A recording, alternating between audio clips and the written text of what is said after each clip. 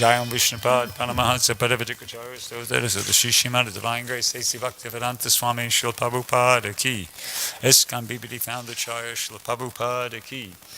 Jayam Vishnupad, Paramahansa Padavadikacharya, those that is of the Shishimata, the Divine Grace, Bhaktivedanta Saraswati Goswami Maharaj ki. Ananta Guru Vaishnava ki. Namacharya, Srila Haridas Thakur ki. Prem se kaho, Shri Krishna Chaitanya Prabhu Nityananda Shri Advaita Gadadhar Shivasari Gaura Bhaktivinoda ki. Shri Shri Radha Krishna Gopinath Shamakunda Radhakunda Giri Gopadan ki. Vrindavan Dham ki. Navadip Mayapur Dham ki. Ganga Jamunamaya ki. Tulasi Devi Maharani ki. Samaveda Bhaktivinoda ki. Harinam Sankirtana ki.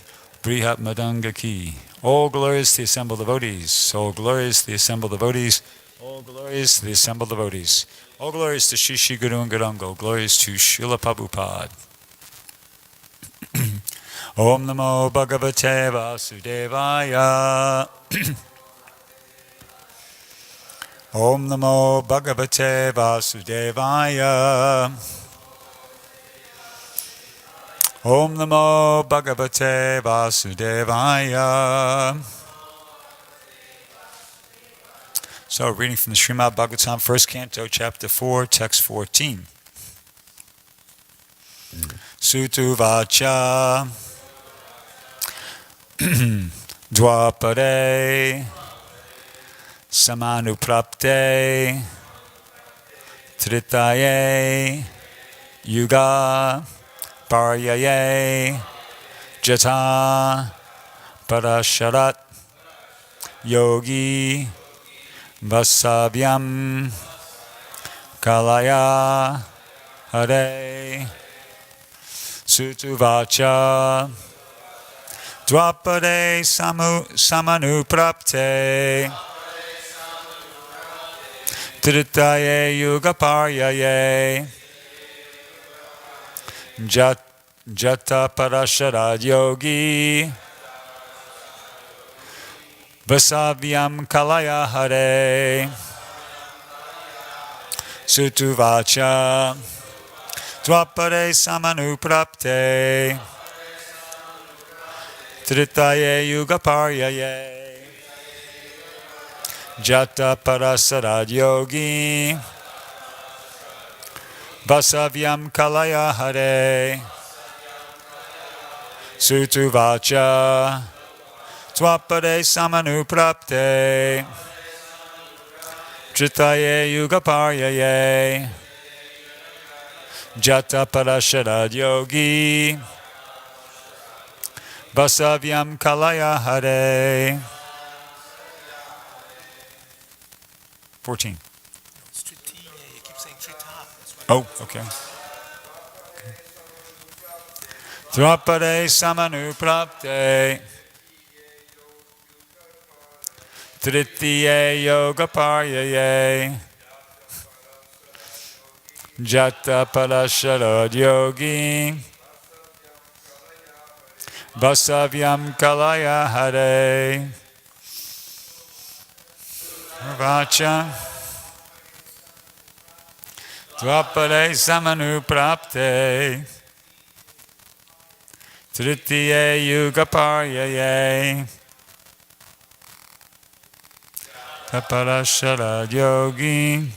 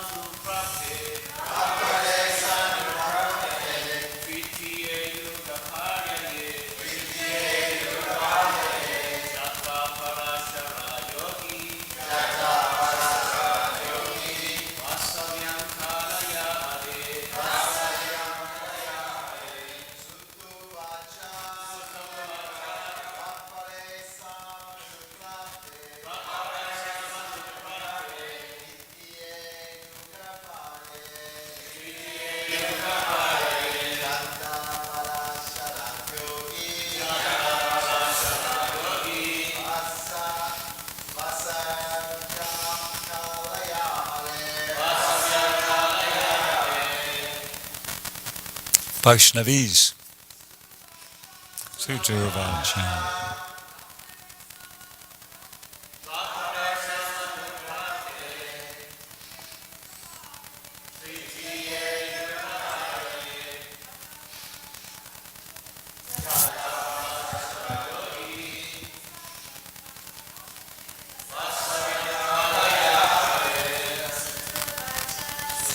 Vacha.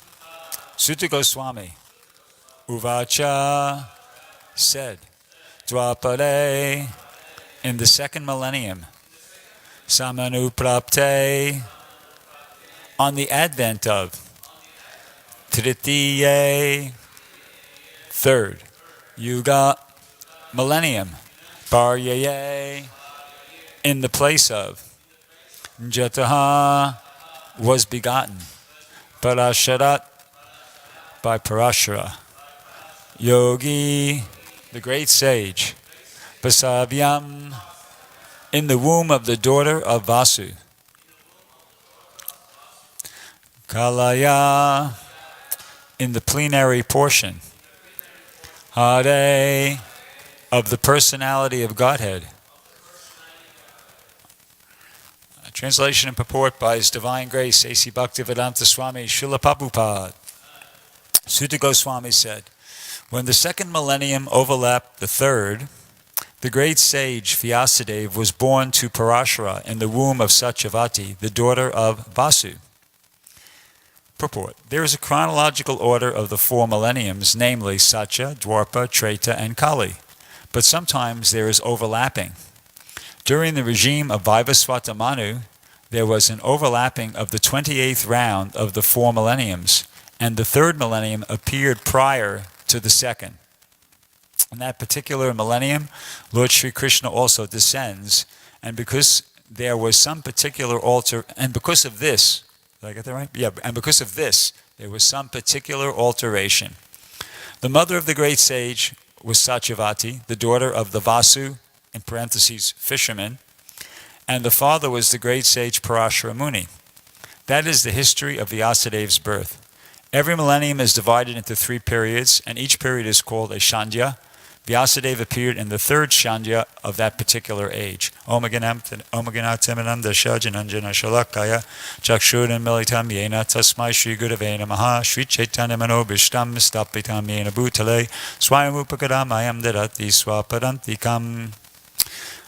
So I did some research to try to understand more about this, what Prabhupada refers to as overlapping of the millenniums. Because normally it's the cycle is Satya, Dwarpa, Treta, and Kali. And we came up with a few interesting things. First of all, Prabhupada uses the word overlapping, but he explains what he means by that. It's basically it's an interchanging. In other words, overlapping, like say the kirtan overlapped the class. If the kirtan overlaps the class, you don't have a class. You have just a long kirtan. Follow what I'm saying? But so if the second millennium, if the Dwarpa Yuga overlapped the Treta Yuga, then you wouldn't have a Treta Yuga. But that wasn't the case here. In other words, there was a Dwarpa Yuga and there was a Treta Yuga. They both still happened, but they just changed places. So when I was doing the research, Dravida suggested that perhaps the more accurate word would have been interchange as opposed to overlap. But anyway, Prabhupada makes it clear what happened. They switched places, whether you like that word or not. The Treta came before the Dwarpa. So, and that's what happened. Now, was this just something like, a phenomenon of nature, like an earthquake, a random event, like an earthquake or a tsunami, or is it something like global warming, that people are using too much, burning too much fossil fuel and it's destroyed the ozone layer and therefore Not exactly, no. The best we were able to come up with when we researched this, we found something on the ISKCON desire tree, and the reference was to a commentary by Srila Vishwanath Chakravarti Thakur's commentary on this part of the Bhagavatam. And what he suggests, and Prabhupada hints at it here in his purport, he says here, Lord Sri Krishna also descends in this particular millennium. Oh, by the way, this overlapping, as Prabhupada refers to it, to the best of the research we did, it only happens during the Vaivaswata Manu. There's 14 Manus in a day of Brahma. Okay? The 7th Manu is Vaivaswata Manu. And there's in the life of each Manu, there's 71 cycles of the 4 yugas. Okay? So you got 14 Manus, and the 7th Manu, in the 28th cycle, 28 out of 71 of the cycles of the yugas, there's this overlapping. And to the best of the research we did, that's the only time it happens. It only happens once in a day of Brahma. And it's interesting that it happens, just so happens, it's interesting that it happens just at the same time when Krishna is appearing. And it's not an accident. It's not an accident. Prabhupada said, as I said, he hints at that in the purport. He says, Lord Sri Krishna also descends. In that particular millennium, Lord Sri Krishna also descends. And because of this, and there it is, and because of that, the descent of Lord Krishna, there is some particular alteration. And how Vishwanath Chakravarti Thakur describes this is this, that, because normally it's Satya, Dwarpa, Treta, and Kali. Okay, and Lord Krishna appears at the end of the Dwarpa. Now, if in this particular cycle of the millenniums, if Lord Krishna would have appeared at the end of Dwarpa, and if Dwarpa would have came before Treta, 800,000 years, because that's how long the Treta Yuga is, 800,000, a little more, 864,000 years. 864,000 years would have passed before the appearance of Vyasadeva, and then another 5,000 years before Lord Chaitanya. So it's a long time. That's a lot of time. So Vishwanath Chakravarti Thakur suggested that, and my researcher was Shama Kunda on this, so if there's any problem, there's the guy to blame. No, what Vishwanath Chakravarti Thakur suggests was that the reason why, for the overlapping of the millenniums, is so the time was closer together. You see? In other words, rather than Krishna appearing 864,000 plus another 5,000 years before the appearance of Lord Chaitanya, he just appeared 5,000 years before the appearance of Lord Chaitanya. So everything was fresh. You know, it's fresh in the minds. And also, another reason is that when Krishna appears once in a day of Lord Brahma, it's a very special appearance. Now this one, I don't think, and I heard from another devotee who also claimed he read it on ISKCON Desire Tree. So unfortunately, my information is a little bit secondhand here, but ISKCON Desire Tree is a pretty reliable source. He was making the point that the Krishna that appears once in a day of Lord Brahma, in the 7th Manu, Vaivaswata Manu, in the 28th round of the 71 millennium, cycles like that, is Vrajendranandana Krishna. Is the original Krishna of Goloka Vrindavan, okay, and he comes to do more than just Parichanaya Sadhanam Vinishaya Chaduskritam Dharmasam Sapanataya Sambhavamya. He comes to do more than just deliver the pious, annihilate the miscreants, and reestablish principles of religion. He comes to actually display the Vrindavan pastimes and the different rasas, and etc. And then, and there's a connection there, because Lord Chaitanya, he comes to do more than just reestablish the Yuga Dharma of the congregational chanting of the holy name. Now this devotee, who I got this information from, I'm just going to present it because it sounds like I've kind of heard it before, but I apologize that I wasn't able to pin it down, to like seeing it in print. But he said this, and it sounded right, and we could, at the end of the class, if somebody thinks differently or knows different, can add something to it, we can discuss it. That there's a Krishna that comes at the end of every Dwarpa Yuga, but he's Vasudeva Krishna. He made that point, and he said that there's actually not Lord Chaitanya, but a Gaur Narayan that comes in the Kali Yuga, and he was claiming he'd also read that. He didn't just hear that and make that up out of the blue.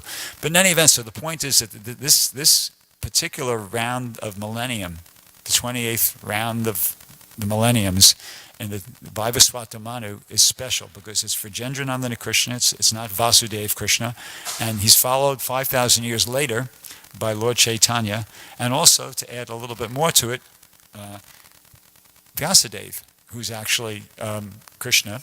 And actually, in a previous class I gave, maybe a year ago, something like that, I did some research on that, and that generally speaking, Vyasadeva is a post. Vyasadeva can be an empowered jiva. But this particular Vyasadeva, the Vyasadeva in this 28th round of them, 71, is actually Vishnu Tattva. He's an expansion of Lord Vishnu. So it's kind of like everything's getting lined up here for something special. And that special thing is that Krishna's going to come and he's going to perform the Vrindavan pastimes. It's going to be recorded by Vyasadeva, who is not just any old and empowered jiva, but actually an expansion of Lord Vishnu himself, basically Krishna. And then it's going to be, and then Krishna is going to come again 5,000 years later, and as his own devotee, he's going to show everybody how to take advantage of that mercy of Krishna that happened 5,000 years ago, and enhance their devotional service like that. So it's very special, and so actually it's relevant to us because we are the International Society for Krishna Consciousness. We are the this was all done for the purpose of helping conditioned souls become Krishna conscious and go back to Godhead and elevate themselves in devotional service. And that's what this, this movement is for that purpose. See, we're actually we're the continuation of Lord Krishna and Lord Chaitanya, of Vyasadev's and Lord Chaitanya Mahaprabhu's program.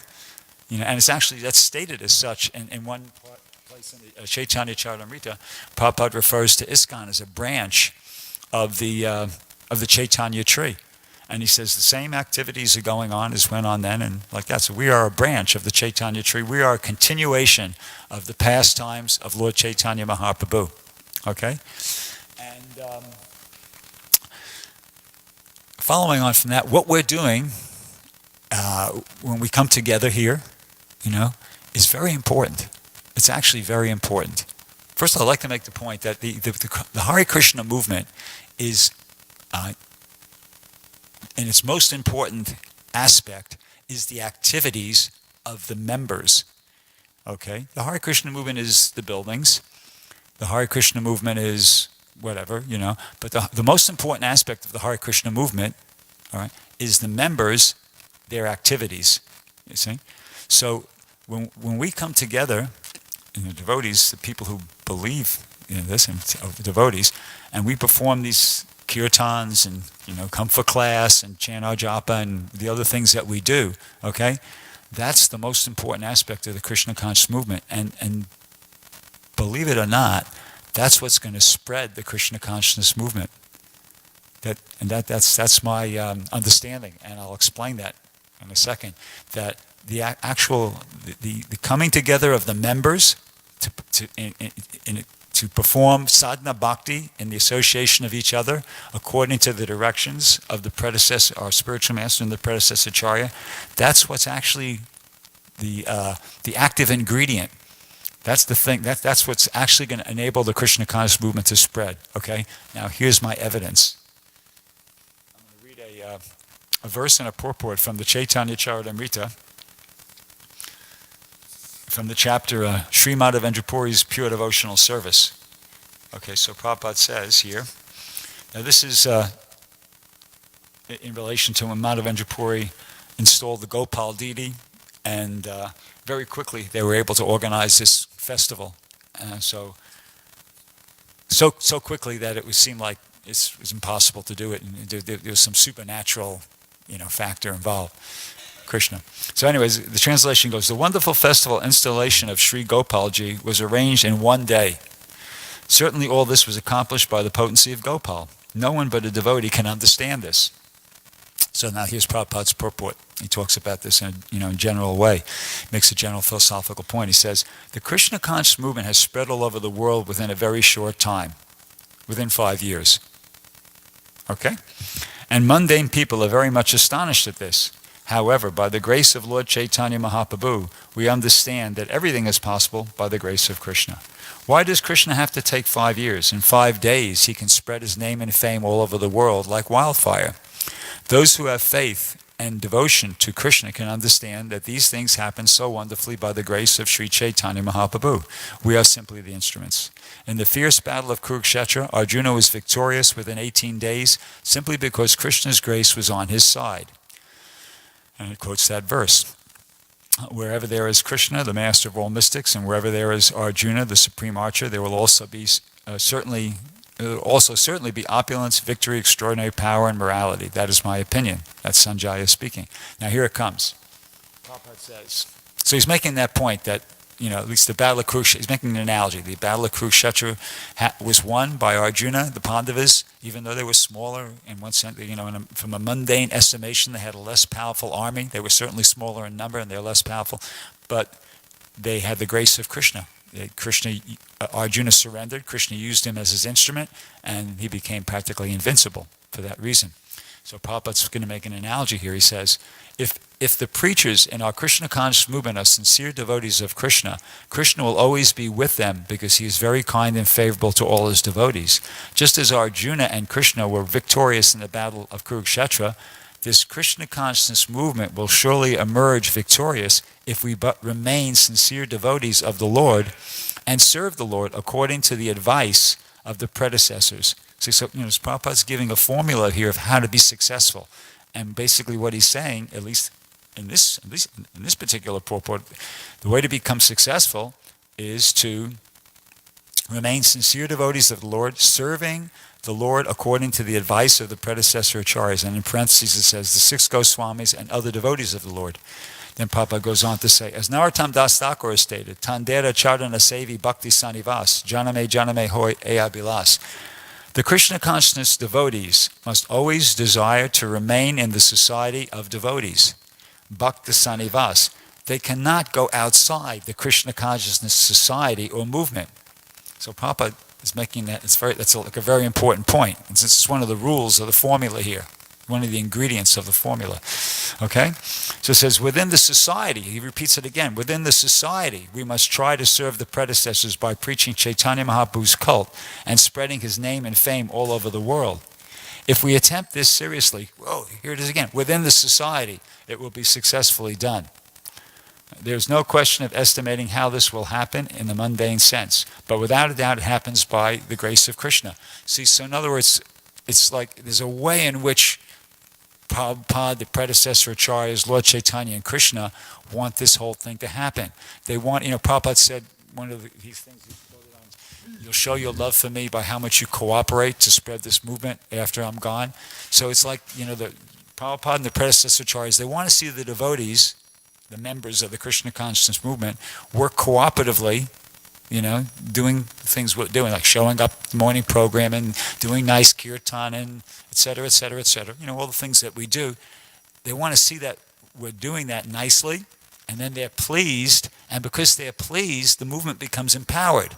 You see, just like Arjuna, he pleased Krishna, he pleased Krishna, and then he was empowered, and then, zoom, etc. So in the same way, if we just follow the instructions, working cooperatively, following the instructions of the predecessor acharyas, then the movement will be empowered because Prabhupada and all the predecessor acharyas will be pleased with that effort, and then things will happen. That's my understanding. In the 9th chapter of the Bhagavad Gita, text 5 in the purport, Prabhupada says, we may think of doing something, but it is not always possible, and to do as we like. But then he goes on to say, but when Krishna wants to do something, simply by his willing, everything happens so perfectly that one cannot imagine how it is being done. See? So that's the real determining factor. The real determining factor is Krishna. When Krishna wants to do something, simply by his willing, it happens so perfectly you can't even imagine how it's being done. So the main thing is to please the spiritual master. Pleasing the spiritual master, of course, means you're pleasing Krishna. And then, when that's done, everything happens. Simply by Krishna's willing, everything will happen so wonderfully, we won't even be able to imagine how it's being done. And there are other references to that. I mean, sometimes I hope I'm not sounding like a broken record because I've in other classes I've mentioned this, but there's that.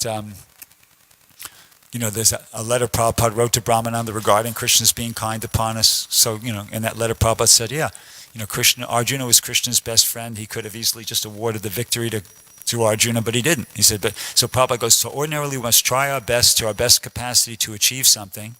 And then by Krishna's grace, all of a sudden, we shall see. Everything will be there. That sort of help from Krishna is transcendental happiness. Why? Because you're experiencing Krishna's reciprocation. And that's how it works. It's not about numbers. It is about numbers in one sense, because, Prabhupada wanted us to double it. But the real thing is to execute these activities, in the mood of trying to please the spiritual master, the predecessor acharyas, Tandera Chadana Seva, in the association of the devotees. Prabhupada said about 3 times in that paragraph I read, you can't do it outside the association of the devotees. You got to work cooperatively. You got to be wanting to follow the instructions of the spiritual master, and you got to be doing that in the association of the devotees. That's what Prabhupada wanted. He wanted the devotees to learn how to interact with each other, be very respectful, be very humble, and there's plenty of good reason to be like that.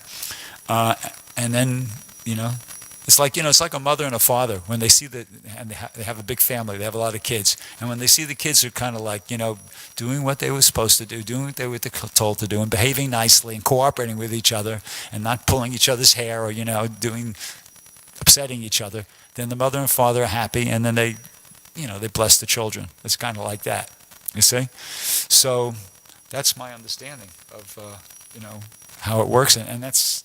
This purport, as I said, is significant because, Krishna's gone to all the trouble to switch these millenniums around.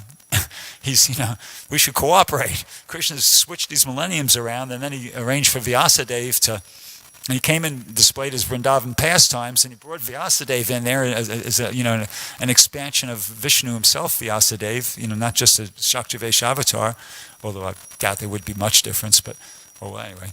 But, and then, Lord Chaitanya comes 5,000 years later, and so it's all been set up. Krishna's done a lot of work here to try to, help us elevate us to love of Godhead. So we should cooperate with the program and be nice boys and girls and follow the instructions of the spiritual master, working cooperatively with each other, and let's see what happens. I'm excited. I'm looking forward to, it ain't over till it's over. I don't know about any of you out there. I used to be a sports fan, and I know from my experience as a sports fan, when I was watching a game, even if the team I was rooting for was way behind or something like that, I'd watch it till the buzzer, because I saw a lot of games where, right in the last few minutes, one team came back and woo. So anything could happen. It's like like Archie would say, all bets are off. When you're dealing with Krishna, is that the right expression? All bets are off. You don't know what's going to happen. There could be a really glorious outcome. It's already glorious that just we're here and we're doing what we're doing, but it could get really good. Something really amazing could happen when Krishna wants to do something simply by his willing. Everything happens so perfectly, you can't even imagine how it's being done. So stay tuned to this station. I think we should all just be thinking like that. Just like let's continue being really enthusiastic and determined and just doing exactly what we're doing, and let's see what Krishna's got in store.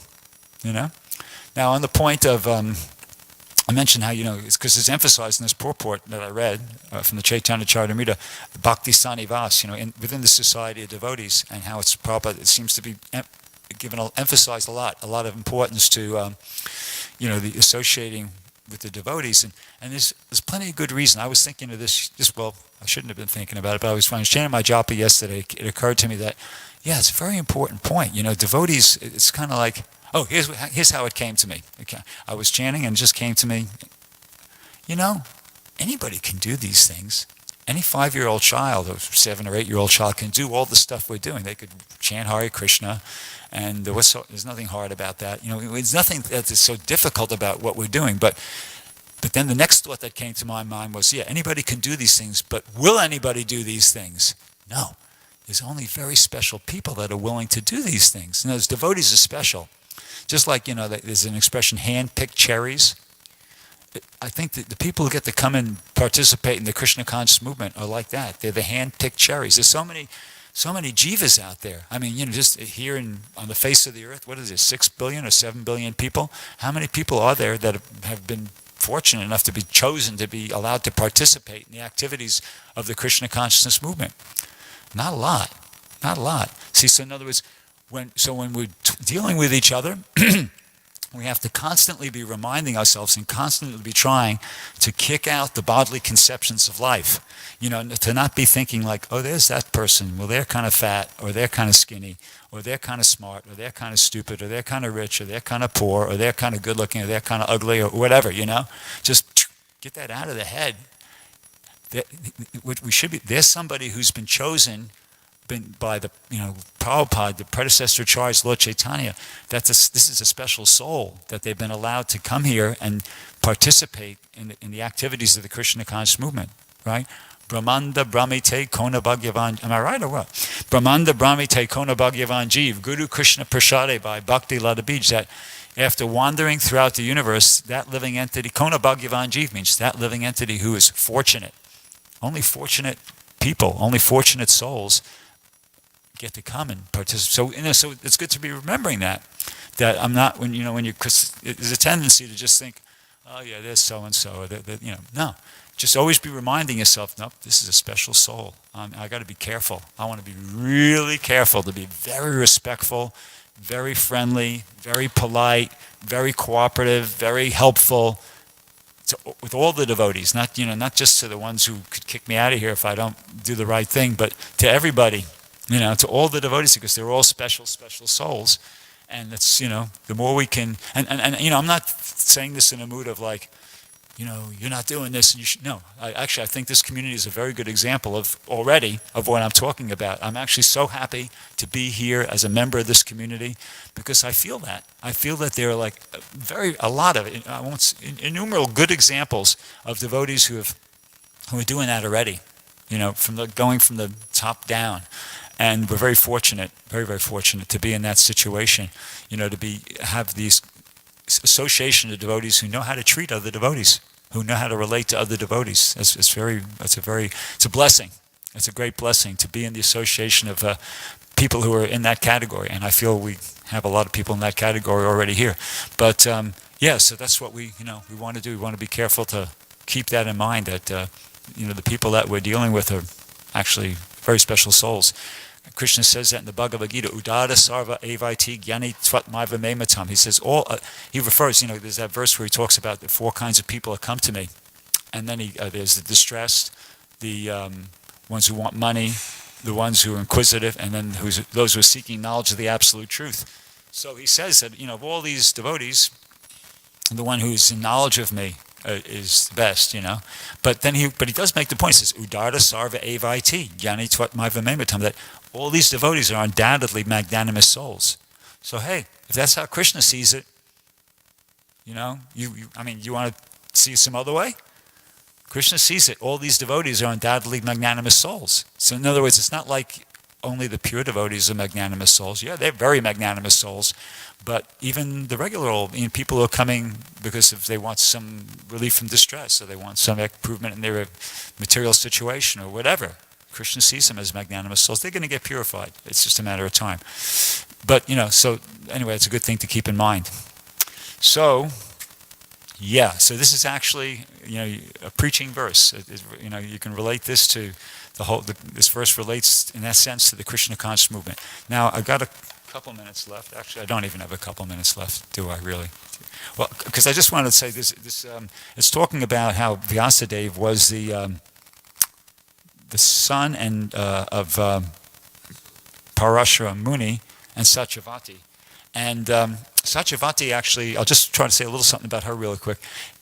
Interesting personality. She wasn't just a fisherman's daughter.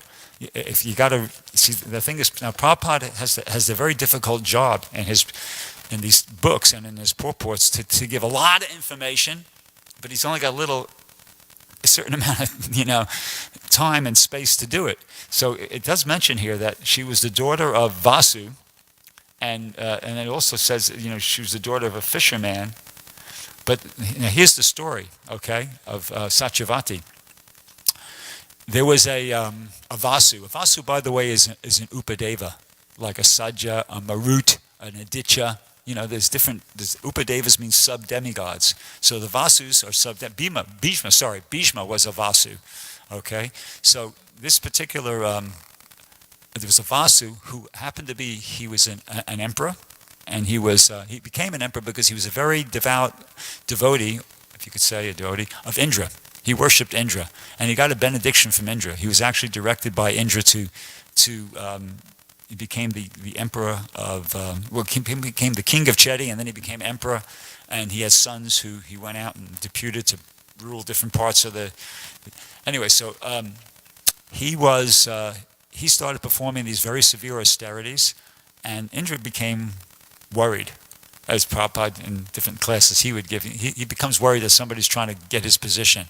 So Indra became worried, and so he decided, well, you know what, I'm going to advise him to stop these austerities and have children, and get him to chill out a little bit.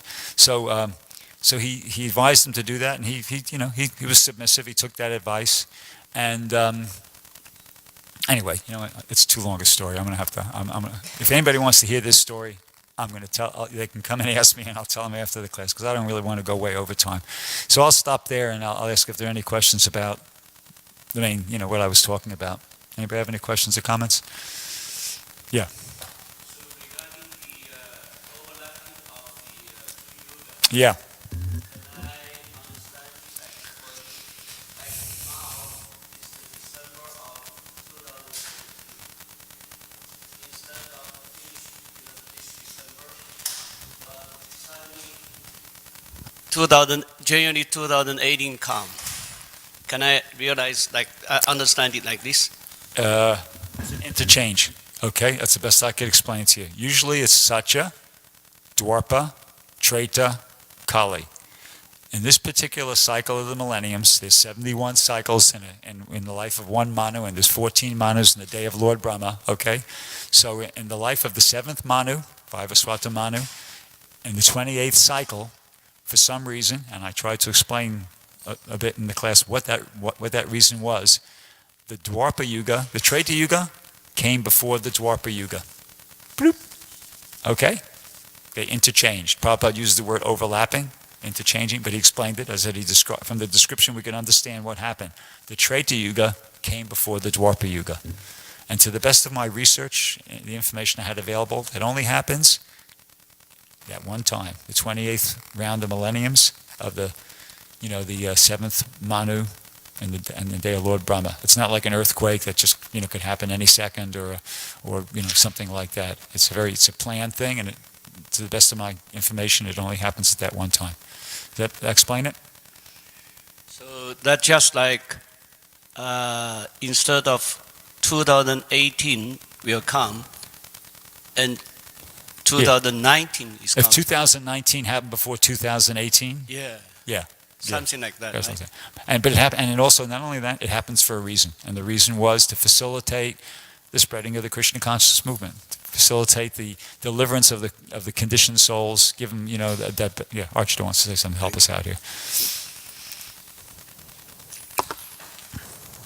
There's some spiritual purpose behind it, is what I was suggesting, and that was the main thing of the class. Yep. It's more like seasons. Kali Yuga is like the winter, dark and cold, and so normally winter is followed by spring, which would be Satya Yuga, and then summer, Treta. But in this case, summer and winter switch around. You see, imagine if you have spring, and then all of a sudden there's, you see, it's like seasons. Yeah, that's a good idea. 4 seasons. Because years So are the same. The seasons got switched. Forget about years. It's just like every year we have 4 seasons. But if in one year summer came before spring, you'd be like, whoa, what's going on here? So in this one instance, Vivaswata Manu's reign, in that time, those 2 seasons or those 2 ages switch. As he explained nicely, that's Krishna's desire, so that there's not a long gap between his appearance and Lord Chaitanya's appearance. Thank you for that clarification. One. Do we have another question or not? Yeah, Amala Bhakti Maharaj and then Prabhu. Thank you for a nice class, Bhrgupati. Thank you. I just have one question. This analogy that Archita gave is very simple and easy to understand, where one season comes before another out of season. But what do we mean when we say that, okay, Treta Yuga is normally the third of the four ages, so now it's the second of the four ages. But we're using words, Treta, Dwapara. What do we mean in terms of manifestation? Good point. What is the difference in manifestation? I mean, I have some speculation on this. Maybe it isn't a speculation. Basically, the idea in Treta Yuga, there's first of all, when you have Satya Yuga, you have a very, like the golden age, very pure. And then the next, which would normally be Dwapara Yuga, which would be the silver age, in which people have some deterioration in character of persons would have taken place. And then we would have the next would be Treta Yuga. There'd be further deterioration of character. And then Kali Yuga, you have terrible until actually persons begin eating each other as food. So in terms of Treta Yuga, now coming second, do we mean that does it mean that the character of Dwapara Yuga people are now manifest in Treta Yuga? Or does it mean the character of the Treta Yuga people, which would be some degree of deterioration, is still manifesting in as the second when it would normally be the third? Okay, now I understand exactly what you're asking, okay? And I don't know the answer, but I can say this, that in the research I did, it did make the point that, as you nicely really said, it's these names are in relation to the religious principles. Now, Dwo means two. So, in other words, the Dwapara Yuga means half the religious principles are gone. You know, there's the 4 pillars of religiosity. So, in the Dwapara Yuga is only half, 2 out of 4. There's 4 legs, like the 4 legs of that bull, Dharma, the bull. So 2 of them are gone, and 2 are remaining. And then the Treta Yuga, there's three gone and 1 remaining. And then in the Kali Yuga, it starts off with 1 and then it disappears, truthfulness.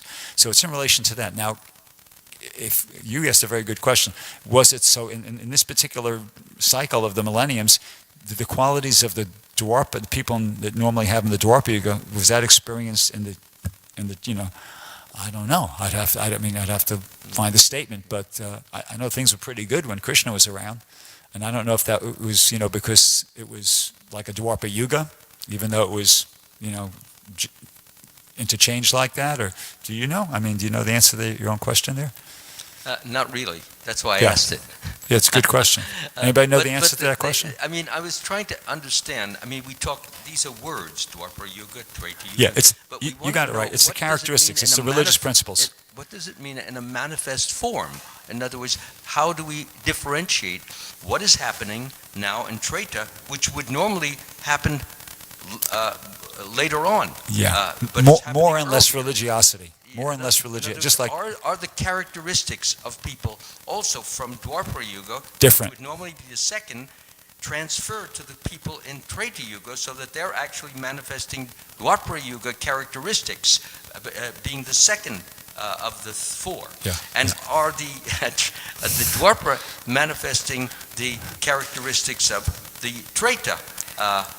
That's my question. It would seem to be logical, but logical is not always correct. Yeah, I don't know the answer to the question, but I think it's in terms of religious principles, just like Archita made the point, weather, the spring is the best weather, and then the summer is the next, and then the fall. So it's better weather. When you're in the Satya Yuga, you got better weather, and the weather deteriorates as you move towards the Kali Yuga. So in the sense that, in the Satya Yuga is very religious. I heard Prabhupada say more than one occasion, everybody's Paramahamsa, and then it just, goes downhill from there. You see, but whether in this particular round of millenniums, the qualities were changed as well to accommodate the Krishna's pastimes, I don't know. I would think so, but I don't know. The explanation is a very simple one, easy to understand, because we're talking about winter, cold, winter, summer, hot, winter, spring, medium, fall, between medium. Those are concrete examples which we can all identify and know. But now, what I was trying to bring out is when we talk about, well, I've already said it, so no need to say it over again. It's religious principles. Like truthful. What are the 4 religious principles? Truthfulness, austerity, cleanliness, and mercy, right? So, in the Satya Yuga, they were all present, and the Dwapara Yuga, 3 are present or 2 are present, the Treta Yuga like that. It just deteriorates as time goes on. It's in relation to religious principles. To me, it would have to be the difference in the character of the people, the degree of deterioration that would, to me, be the manifestation or the difference when something's exchanged from, as Archie was mentioning, but instead of getting summer, you're getting winter. So instead of getting a certain amount of deterioration, you're getting either less or you're getting more, depending upon which. Agreed. Thank you. Hare Krishna. Granto Srimad Bhagavatam ki jai, Srila Prabhupada ki jai.